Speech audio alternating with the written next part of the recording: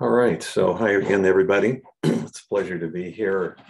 Uh, Tonight, I'd like us to explore thinking in relationship to practice. And I think this is a really a fascinating topic because as important as thinking is in our lives, um, there's actually not much attention given to how thinking relates to meditation, other than a kind of as a distraction or an annoyance. But the actual process of thinking itself and how to work with it, we just don't hear too much about. So I'd like to take a first stab at that tonight, maybe starting a discussion. In my own case, in working with thinking, I think the fascinating thing is that how little awareness there is that thinking is actually taking place. When you're kind of remotely aware that you're thinking, or you're thinking and you're so involved in it that the type of awareness that we have during meditation of seeing and experiencing something with a little bit of a distance isn't there, or that we're so caught in it that it has emotional content that we're just in the middle of it. So, what do we do with that? And it's a fascinating practice. It's an exciting practice. It's one where I think you need to have a lot of humor, at least with my mind, because I'm always surprised at, I consider myself a pretty compassionate and kind person. And it's just surprising. Like when I'm irritated or annoyed or get angry, my mind is just not thinking kind and compassionate thoughts. So you learn so much about yourself if you begin paying attention in a contemplative way to thinking in your thought process. So I'd like to start with an illustration and then apply some of the principles to it. I'll look at two specific recommended practices for working with thinking. And then before I do that, I want to talk about a key element that really is the thing that will make a practice of working with thinking work or not work. It's like, if it's there, you've got a good chance of working with it. And if it's not, it's really quite difficult. So I recently received a notice from the Internal Revenue Service that for 2 years ago, they had sent me a refund check and I hadn't cashed it. And it's a fairly sizable amount. Where I am financially right now in my life, I'm highly motivated to get the refund. And the letter says that I actually have to call and talk with an agent so they can issue a new check. I can't go on their website and do it. So they give me a number. So I call the number, and of course you get this series of pre-recorded options. First of all, there's 3 options, then you select one, then there's 5 options, and then you select one, and then there's 7 options. And when you finally get to that, and that takes like maybe 7 minutes to get to that, because there's all this pre-recorded material and instruction. So then you get there and they ask you for your social security number, the tax year, tax ID number, the amount of the refund. And this is all recordings. It's not even artificial intelligence. And so now you're in about 10 minutes, and then a pre-recorded voice comes on and says, well, unfortunately, based on the type of inquiry you've made and the high call volume that we're having, we can't handle your call right now. So call back later or call back tomorrow, and they hang up. Okay. So, it's like, oh, okay.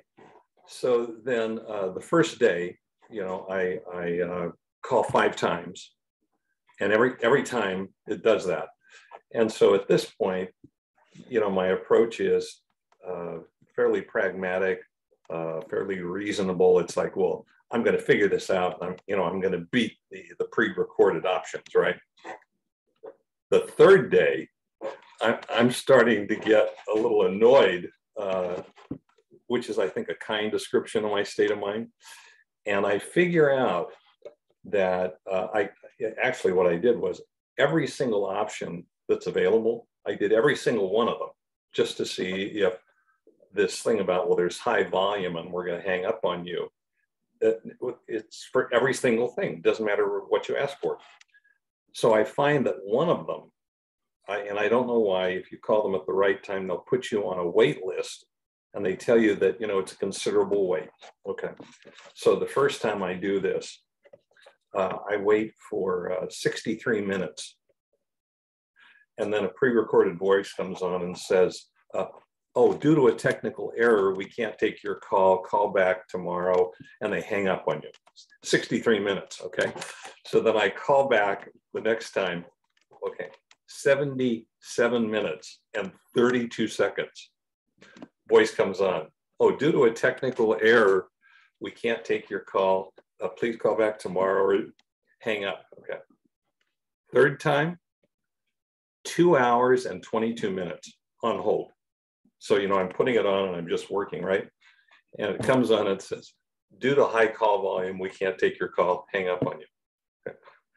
So I call my accountant and I said, geez, is there somebody that you can call? And they basically say, not really.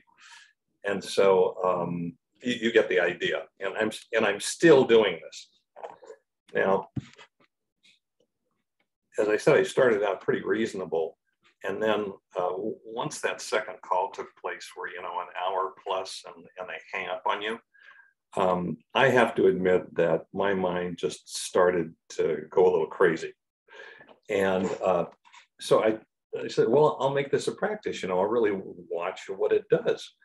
And, what I learned was that, my mind will just make up anything when it's upset.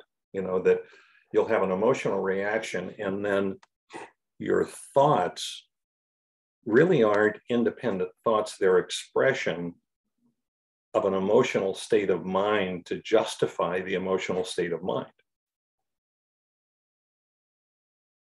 And so my mind starts making up stories and having unkind thoughts about, whoever created the system, whether or not, in fact, they ever have it turned off. Whether or not it's even possible for somebody to speak to a live person, their motivations to holding on your money, just kind of this rolling thing.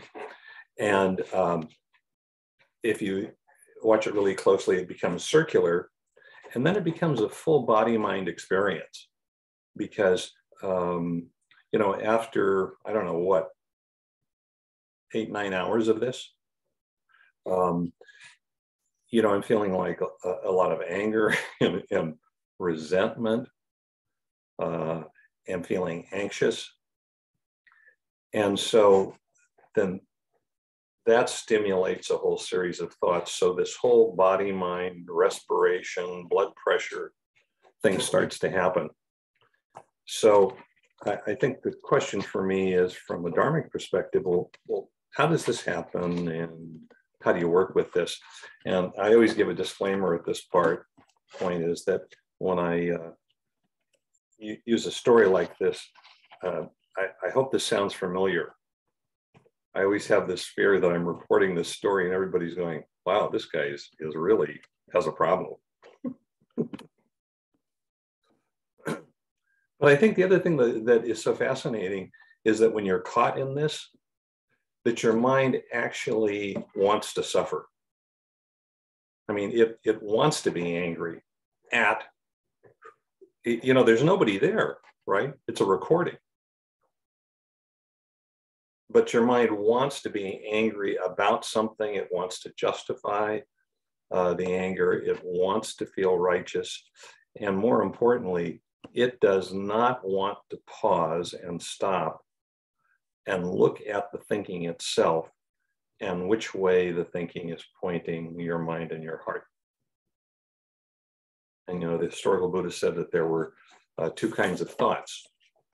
You know, that actually it's pretty simple, that there are thoughts that point the mind and the heart into suffering, meaning craving, clinging, attachment, and identification and personalization, you know, the endpoints of causation, or in the other direction, out of those into balance and equanimity and clear seeing.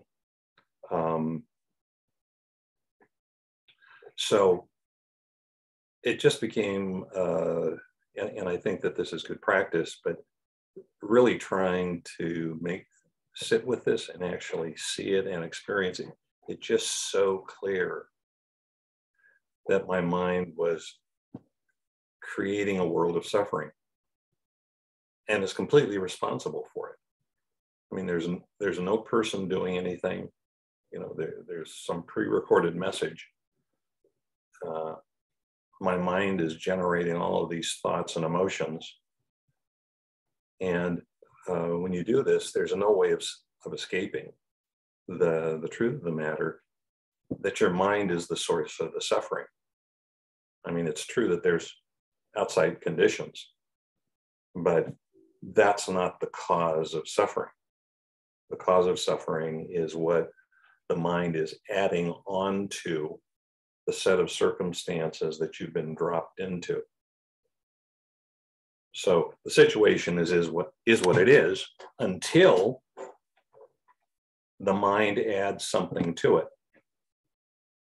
Craving, clinging, attachment, personalization, identification. Until that happens, it's just what it is. But where the suffering comes in is where what's added. So, I mean, how does this, from a dharmic perspective, happen? In the Dharmapada, the historical Buddha said that, you know, we create the world with our thoughts, that we create entire narratives about our past that no longer exist, you know, and we tailor them and modify them over a lifetime, and the past doesn't exist anymore. The only thing that exists is a narrative created in the mind in the present moment.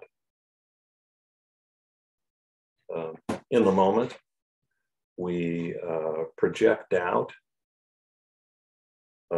assumptions, fears, speculations, fixed views onto other people and the world.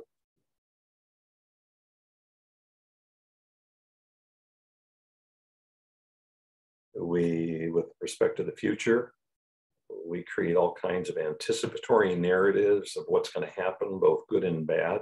I mean, we've all had the experience of being so nervous about what's going to happen in a meeting in the future. We've all had the experience in the present of thinking that someone is mad at us or has a problem with us or something. And then we actually talk with them, and it's just a complete fabrication. So the problem is our inability to pause and question our thinking and see those. And I think the really important part about this, you know, I was talking about how with the IRS, the thinking becomes circular, and then a thought, emotion, response in the body cycle starts to take place, and it takes on a life of its own. And the key to this is that the body doesn't know, it really doesn't care whether a thought is true or false. If in the present moment we are projecting out a fear about something and it's completely false, our body is responding as if it's true. Our respiration changes, our temperature changes, all of this contraction of muscles, the whole flight or fight syndrome is mobilized. And that's whether the thought is accurate or is just, you know, a wild, crazy fear that we have. So the potential both negatively and positive, in terms of the mind creating different scenarios and viewpoints of the world, are quite dramatic. Now, when this occurs, and it happens a lot if we're watching for it, it seems like, and I want to stress this, it seems like the problem is that our mind is believing that the thoughts are true. And while that's kind of it, that's really a symptom, because what the real problem is that because thoughts are an expression of habits, fixed views, emotions, fears, projections, assumptions, when they arise, they're expressions of craving, of attachment, of identification and personalization. That's the reason that we're caught in them, is that the thought comes up and we immediately identify with it, personalize it. So this is the Honeyball Sutta. The historical Buddha said that in this sutta. It's really key sutta that talks about papancha, this repetitive thinking that creates so much problems for us. He said the key defense of the mind to negative experience, or what's perceived negative experience, is to move from the body, staying based in the solidity of the body, the stableness of the body, into the mind and into thinking. And that almost immediately takes us into identification and personalization. So this is the key problem. It's not that we, quote, believe our thoughts. I mean, we are believing our thoughts, but the reason that we're believing them is that we're actually identified with them. And what we're really identified with is patterns of suffering. So our prior fixed views, our prior opinions, our prior projections, our prior assumptions, which are all expressions of certain desires and aversions, attachments, and personalization. Once that happens, we're lost. And so all of the methods for looking at and dealing with thinking involve trying to stop this, what almost seems like a hardwired process to go unconscious, to stop that, to pause and to actually question the thought or thinking that's taking place and which way the mind is pointing, rather than just assuming that I'm justified in being angry or resentful or feeling helpless or whatever it may be. Just boom, immediately going there. To step back, take a breath, and to actually question which way the mind is being pointed. And so what all the methods are designed to do is to try to distance ourselves from what's arisen and to disassociate and disidentify with it. And until we can do that, it's difficult to work with it. Because if my mind is so closely associated with a thought or the emotional tone of a thought through identification and personalization, it's going to be next to impossible to work with it skillfully, to see into its true nature. And this is the reason that the mind doesn't want to examine or reflect or stop or consider. It's this Honeyball Sutta. It's like up into the head, identify with the thought, make it personal, and then start repetitive thinking, papancha. That's the model. So how can we potentially work with this? And before I talk about two simple but hard to use because of this seems like it's almost hardwired, is the key element in all of this. And there's a sutta that the historical Buddha gave on discernment. And as was frequently the case, it was an agrarian culture that he lived in. It's very simple in terms of possessions. And so the teaching images are very direct. And so this is about a man, a practitioner with a knapsack that has two mouths or two compartments. And he opens up the first compartment, and it has a series of objects in them.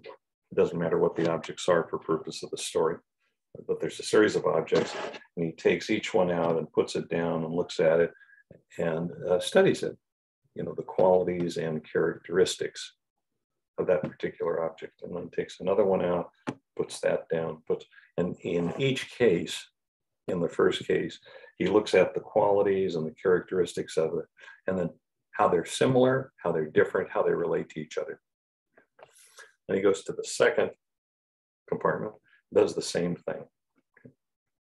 And so what the Buddha is describing here is the process of the mind discerning what arises in the field of awareness. So whether it's a sensation or a thought or an emotion or a causal relationship, the idea of discernment, mindfulness is the initial bare awareness that something has arisen. Discernment is what actually looks at it and examines its characteristics, examines its qualities, and then is able to compare it to other things that have arisen in the field of awareness, to see relationships, and then to see causation. So thoughts, emotions, feelings, fixed views, assumptions, projections.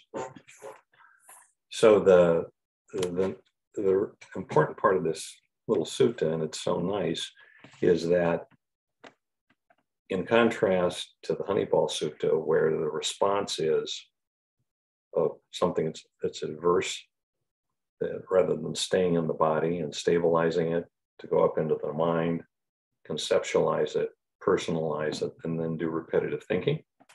Here, the idea is to calmly actually take each thing that has arisen and look at its characteristics and qualities, compare that to other things that have arisen, the characteristics, qualities, and look at their relationships, so that the process itself is relaxed, it's curious, and it's exploratory. It's the fundamental nature of the meditative process. And that if the discernment, this seeing into things one thing at a time, and then how they relate to each other in causation, if we do that, that process itself creates calmness and stability and clarity. It simplifies things, where initially with thought and repetitive thought in particular, things become confusing and complex. With discernment, they're slowly taken apart. There's a relationship with each object that has arisen, and that creates a calmness and stability and clarity and simplicity. I mean, it's the most fundamental nature. So from the standpoint, not just of working with thinking, but we're talking about thinking tonight, but the entire meditative process and really daily life, the discernment is the whole ballgame. There's so much emphasis on mindfulness, but mindfulness is the bare awareness. Discernment is the thing that establishes the clarity in the relationship and leads to insight into how we work with it. I mean, first of all, what it is, how we work with it, and then making sound decisions and choices. So if we have discernment, if the mind is active, if it's curious and exploring and relaxed, the experience that we have both in meditation and daily life is awake. It's bright because the mind is interested. It's engaged. And if we don't have discernment, if the mind isn't looking what's arising in the field of meditation and looking at its qualities and characteristics and relationships and causation, two things tend to happen. One is that the mind gets bored and then gets sleepy.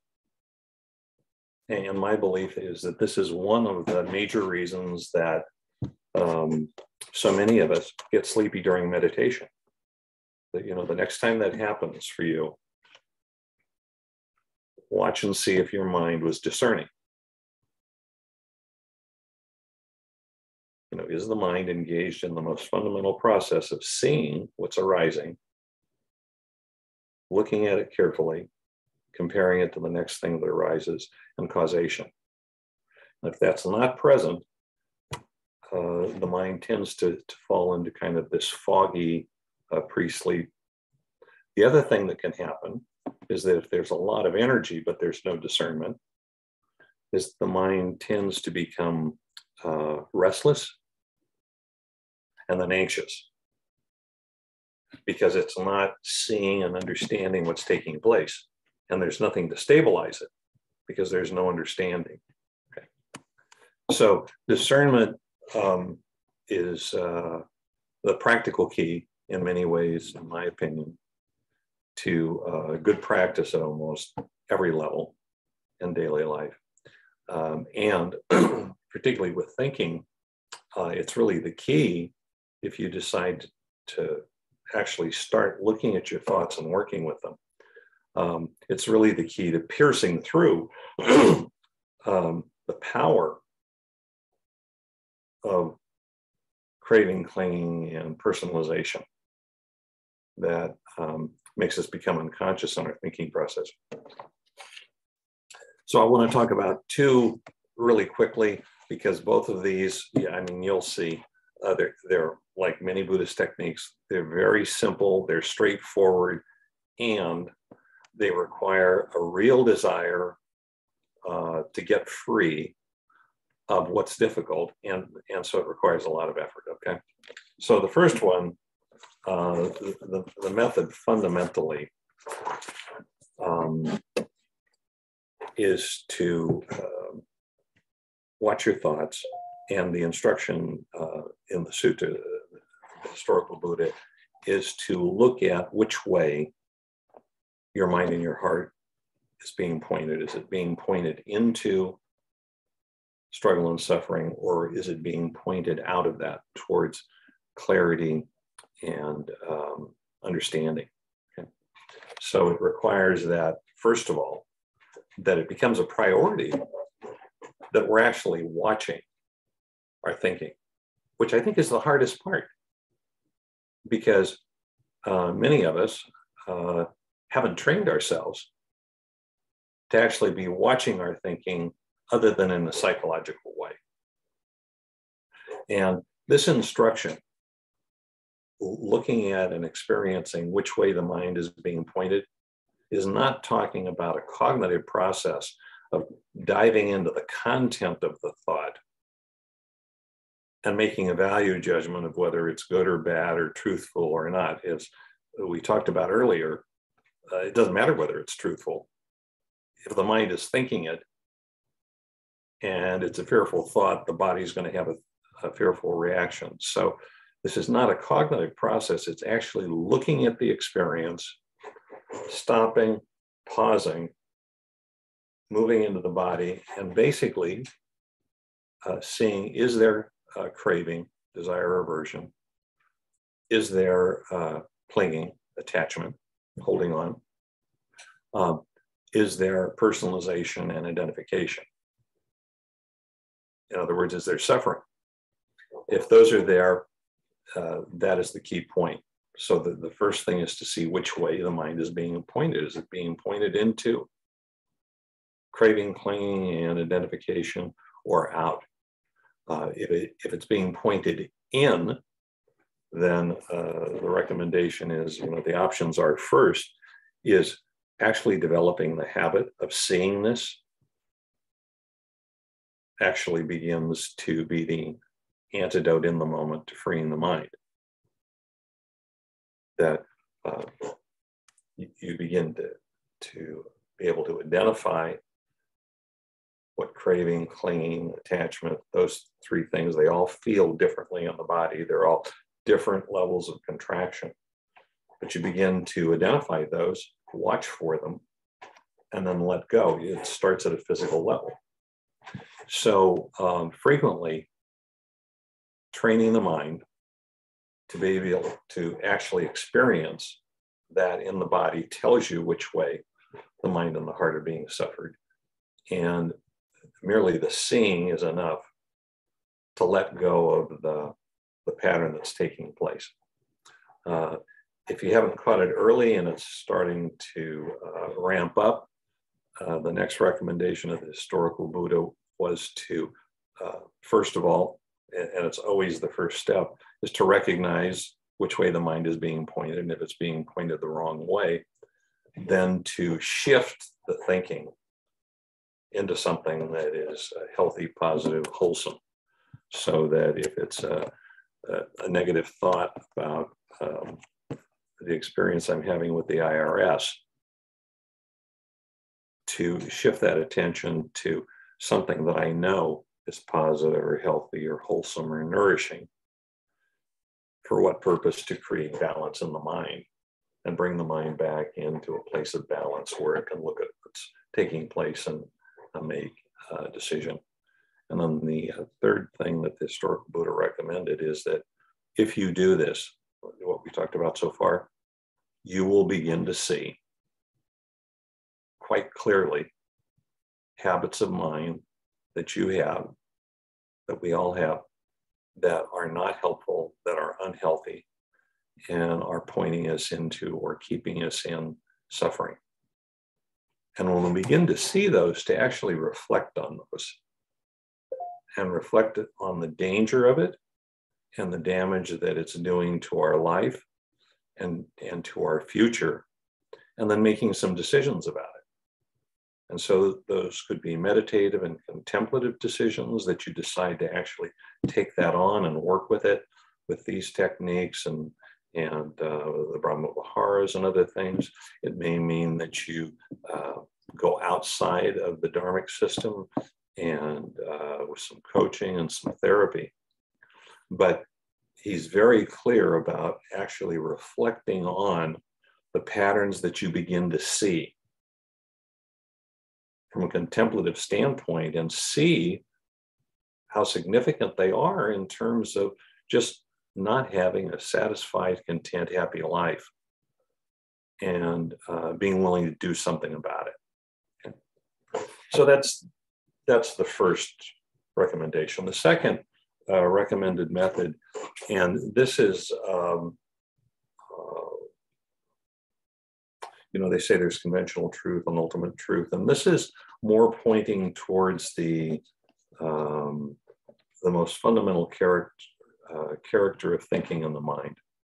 And so the recommendation is that you start watching in thinking, and what you're looking for is the beginning, that thinking begins, that there's a middle, and that there's an end. So that you're in meditation, a thought arises about X, that it has a middle, and then it ends, and now something else is being thought about, or now you're in a sensation. So this, once again, is not to go into the content, but to focus exclusively on that thinking arises, that it has a little lifespan, and that it ends over and over and over and over and over again. So you just start watching that both in meditation and in daily life, which it takes a lot of work to develop your mind to do that. And if you do, what you begin to see is that the true nature of thinking. And you begin to see that it is temporary, that it is largely empty, of lasting content. It's just an expression of whatever is arising in the body and the mind, a prejudice, an assumption, what have you. And you start getting a distance, a disassociation, a disidentification from it because you see its true nature. Now, that is a classical method that's applied to all kinds of things. In the Satipatthana Sutra, the Four Foundations of Mindfulness, the most frequently given instruction, 13 different times, which applies to every object of meditation discussed in the Satipatthana Sutra, is the instruction that the yogi or the meditator should see the beginning, the middle, and the ending of the thought, the sensation, the emotion, whatever it may be. So it's the most classical recommendation, but here it's specifically applied to thought. And it's such a relief when you start to begin to develop this habit.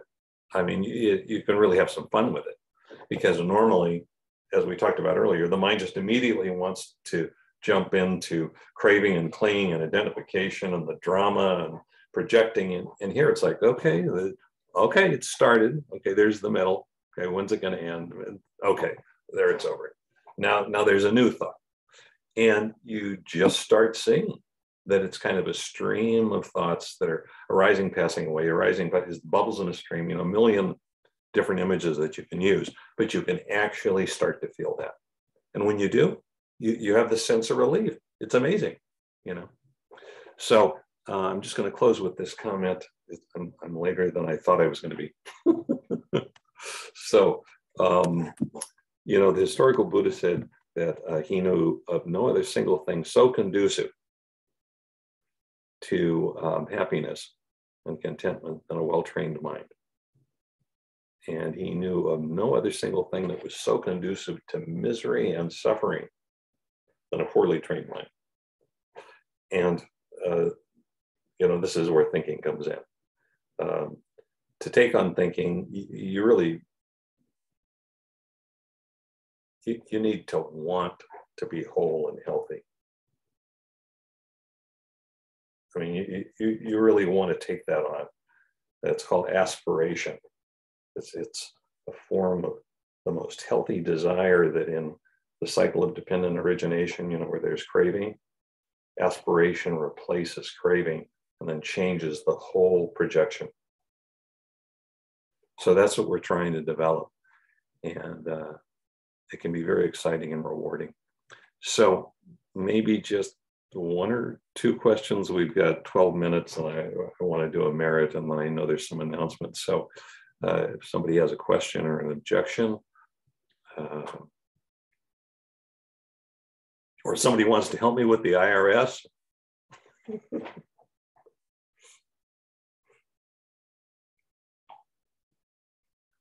Well, Dennis, since you mentioned that, try not choosing an option, but just after you do your initial dial, sometimes the systems will kick you over to a person if you don't choose any of the options. Well, I wish that were true, because they've really done this one. They've designed this where they want to force you to use their website or rely on taped information. And but thank you.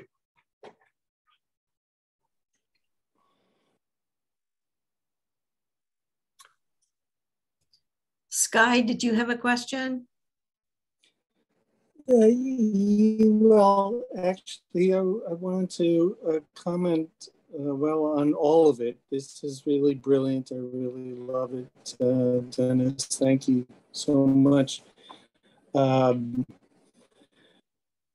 I'm quite ill, and I have to deal with the Social Security agency a lot, and government been something that I've had to do a lot of practice around as well. And I think I've gotten much more angry and really furious about these kind of things than you've been getting.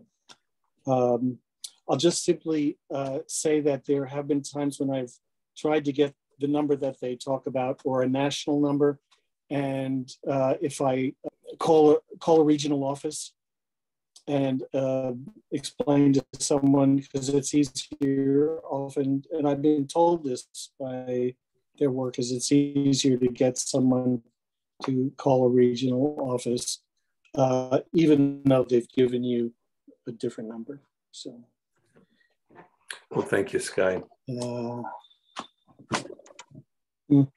You know, I wanted to comment on this, that, you know, whether it's the IRS or relationship, the difficult relationship we're having with someone, or for many of us, you know, we're starting to age, and, you know, we're just starting to have to deal with reality, you know, the cognitive issues. And, you know, within the last year, you know, I ride a bike, and it's really painful. You know, I love to ride. It's really painful because of the arthritis in my hands.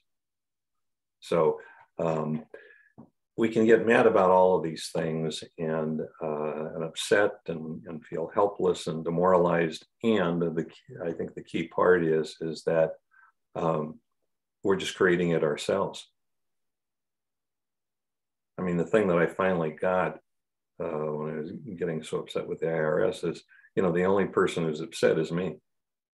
There's not even a person on the other end of the phone. So this idea that we create our own world, I mean, it sounds so simple. It is a very powerful idea, because what it means is that literally we create our own suffering. And our minds have trained themselves to blame other people, to blame exterior conditions, to justify what we're doing, you know, and from the standpoint of suffering, that's just all BS. If we're suffering, there's a cause of the suffering. And the cause of the suffering is the way that we are relating to whatever the experience is that's in our life. Period. Stop. Now, that's a really tough message, but it's the thing that leads to liberation. It's like, no, there's no one's going to come and rescue us from our suffering in our own mind. The only person who can rescue us is ourselves. We can get lots of support, we can get help, but in the end, there is one person that can eliminate our suffering, and that's us, each of us individually. So I want to thank you for hanging with me tonight. Sky, do you want to make a comment? Yeah, I know, actually, I wanted to ask you something, and also just to say that my comment is that these practices are fantastic, and very clearly show how to, you know, circumvent that automatic quality, you know, by looking for something else. That's right. But I wanted to ask you, you said to get to know the nature of thoughts, which are temporary, empty, and there was a third thing. I don't remember what.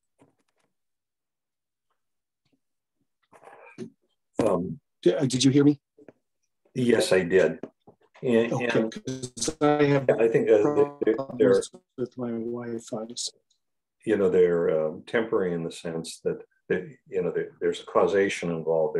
They're constantly changing, and because they're constantly changing, you know, when we say emptiness, is that there's no permanency to them, and this second practice of beginning, middle, and end. If you do that just a little bit, you begin to see that. And then the third part is that you see that they're fabricated. They're fabricated, meaning that we are making it up. You know, like, I'm getting mad at some person, supposedly, that created the tape that's pissing me off at the IRS. Okay. You know, so it just leads back to this basic principle that we're looking outside of ourselves for the cause of our suffering. And while it may very well be true that there's all kinds of the IRS or Social Security or a relationship, that there's all kinds of unfairness in it, and that we have to deal with that in the real world, that's not the cause of our suffering. The cause of our suffering is how we're relating to it. And that's a huge ownership issue and is the most difficult part about, I think, all of the Buddhist practice, because they all come back to that. Okay, well, listen, thank you again for being here tonight. May the our combined effort and our intentions, our good intentions to explore these kinds of things, support the efforts of beings everywhere to experience some measure of happiness and be free from suffering. So thank you very much. Okay.